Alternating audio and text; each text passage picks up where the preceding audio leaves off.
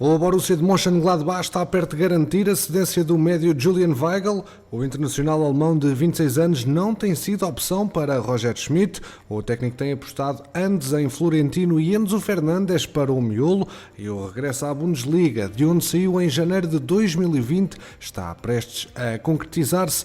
O clube germânico já tinha demonstrado interesse em Weigl, tal como o Eintracht e o Hertha, mas a SAD das Águias só admitia vender e pedia no mínimo 15 milhões de euros pelo negócio. Uma vez que o Mönchengladbach só admitia chegar aos 9, o interesse arrefeceu. Agora, com a disponibilidade encarnada em emprestar o atleta, o nome de Weigl voltou a estar em cima da mesa. É que a prioridade em termos de investimento dos alemães neste mercado é a contratação de um avançado, sendo que Weigl interessa apenas na condição de chegar por empréstimo.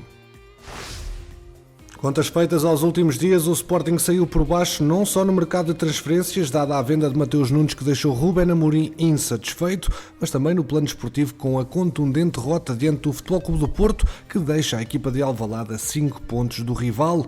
2 duros golpes aos quais o Leão tentará dar a volta por cima na semana que hoje se inicia. Nesse sentido, ajudaria uma vitória na recepção aos Chaves no sábado e também um reforço para o meio-campo, objetivo que a SAD espera concretizar ainda antes do duelo com os flavienses. Sendo certo que o técnico já se assumiu satisfeito com os atletas à disposição e tem puxado pelos miúdos da formação para mostrarem o que valem, tal não significa que a porta esteja fechada a caras novas, pelo contrário. A estrutura para o futebol de qual faz parte, e onde também se incluem Frederico Varandas e Hugo Viana, tem decidido que o plantel deverá conhecer pelo menos mais um médio e planeia acelerar a definição desse dossiê nos próximos dias. Desde que Mateus Nunes foi oficializado como reforço do Wolverhampton, os Leões têm analisado diferentes opções no mercado e já vários jogadores foram oferecidos e consequentemente rejeitados pelo clube, dado que a procura centra-se num médio de características específicas semelhantes às do internacional português que saiu para a Inglaterra. Nesse sentido, a lista de potenciais reforços foi restrita a um lote de 3 nomes e desde então foi escolhido o alvo prioritário que a SAD tentará fechar esta semana. Depois das declarações de Amorim, na véspera do Clássico, a direção de Frederico Varandas sentou-se à mesa com o treinador para definir a ida ao mercado e estabilizar as hostes. Os próximos dias serão então decisivos para o clube de Alvalade e com o mercado a fechar no final de agosto, agora é o tempo de atacar os alvos identificados e garantir o devido reforço para as posições de avançado e de médio centro. Para a primeira, Fran Navarro, o dianteiro do Gil Vicente, reúne preferência pela capacidade goleadora, ele que marcou 16 tentos em 2021 e por se ajustar à mobilidade que Amorim preconiza no seu modelo de jogo para os avançados escolhidos. Agora que os de Barcelos têm a eliminação da Conference League como cenário mais que provável, a negociação poderá conhecer desfechos importantes, sem loucuras, é claro, como o próprio treinador admitiu, reforçar o ataque é uma prioridade e as sondagens ao Gil já estão em marcha. Para os gilistas, pedirão cerca de 5 milhões de euros, de modo a rentabilizarem um ativo cujo passe é partilhado em metades iguais com o Valência. A crença em Morita e Ugarte como dupla de médios titular é inabalável, mas ter uma alternativa, até para fazer face à lesão de longa data de Daniel Bragança, é tida como necessária e será esse um dos temas de conversa entre a direção. O ambiente em Alvalade, claro que ficou afetado pelo desaire no Dragão por 3-0 e pela distância agora de 5 pontos para o líder, mas também pela venda de Mateus Nunes que levou Amorim a atribuir responsabilidades no mercado de transferências à direção.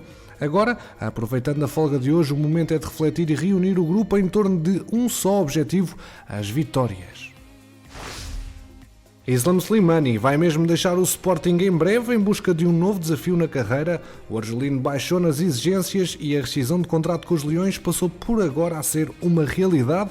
O atleta aceitou receber metade do salário que oferia para efetivar o fim da ligação, cerca de 800 mil euros para poder assinar por outro clube antes do fecho de mercado.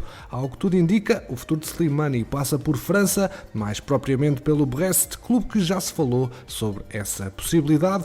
É de realçar que o avançado voltou aos Leões em 2021-2022, tendo apontado 4 golos e uma assistência em 12 jogos. Acaba por sair pela porta pequena após um desentendimento com o Ruben Amorim.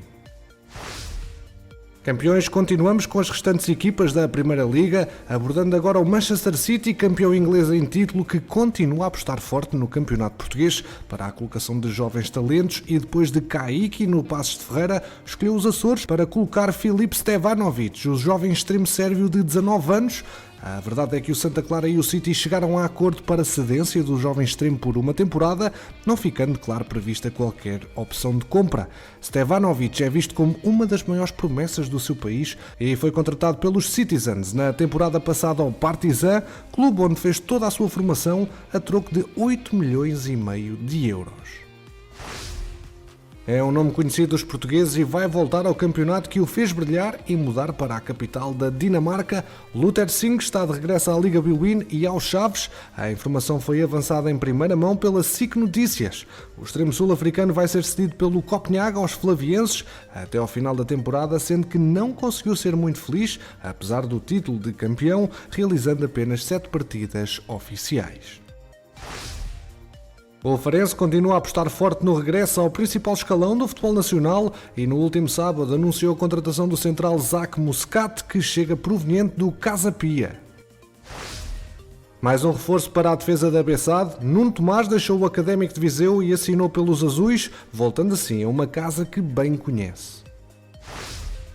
Notícias de última hora dão conta que o Benfica já chegou a acordo com o Feyenoord para a transferência de Frederik Arns. A informação é avançada pelo 1908.nl, site especializado na atualidade do Feyenoord, eles que avançam que o emblema de Roterdão já chegou a acordo com as Águias. Também Fabrício Romano já confirmou que o Benfica vai pagar cerca de 15 milhões de euros pelo médio de 26 anos.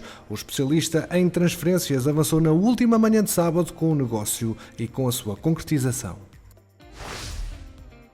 Diogo Costa fez uma brilhante exibição no último clássico em que o Futebol Clube do Porto venceu por 3-0 o Sporting, uma exibição de alto nível e, de acordo com o jornal O Jogo, foi atentamente acompanhada por alguns dos maiores clubes da Europa, entre eles Juventus, Atlético de Madrid, Manchester United, Bayern de Munique, Barcelona ou mesmo a Roma, que se fizeram representar no Estádio do Dragão.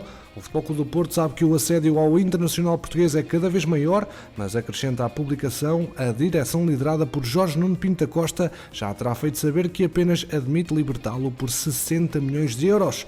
Os azuis e brancos já deixaram sair Agostinho Marquezine para o Celta de Vigo no presente mercado de transferências de verão, pelo que neste momento não lhes passa pela cabeça abrir mão daquele que é o guarda-redes titular nos planos de Sérgio Conceição.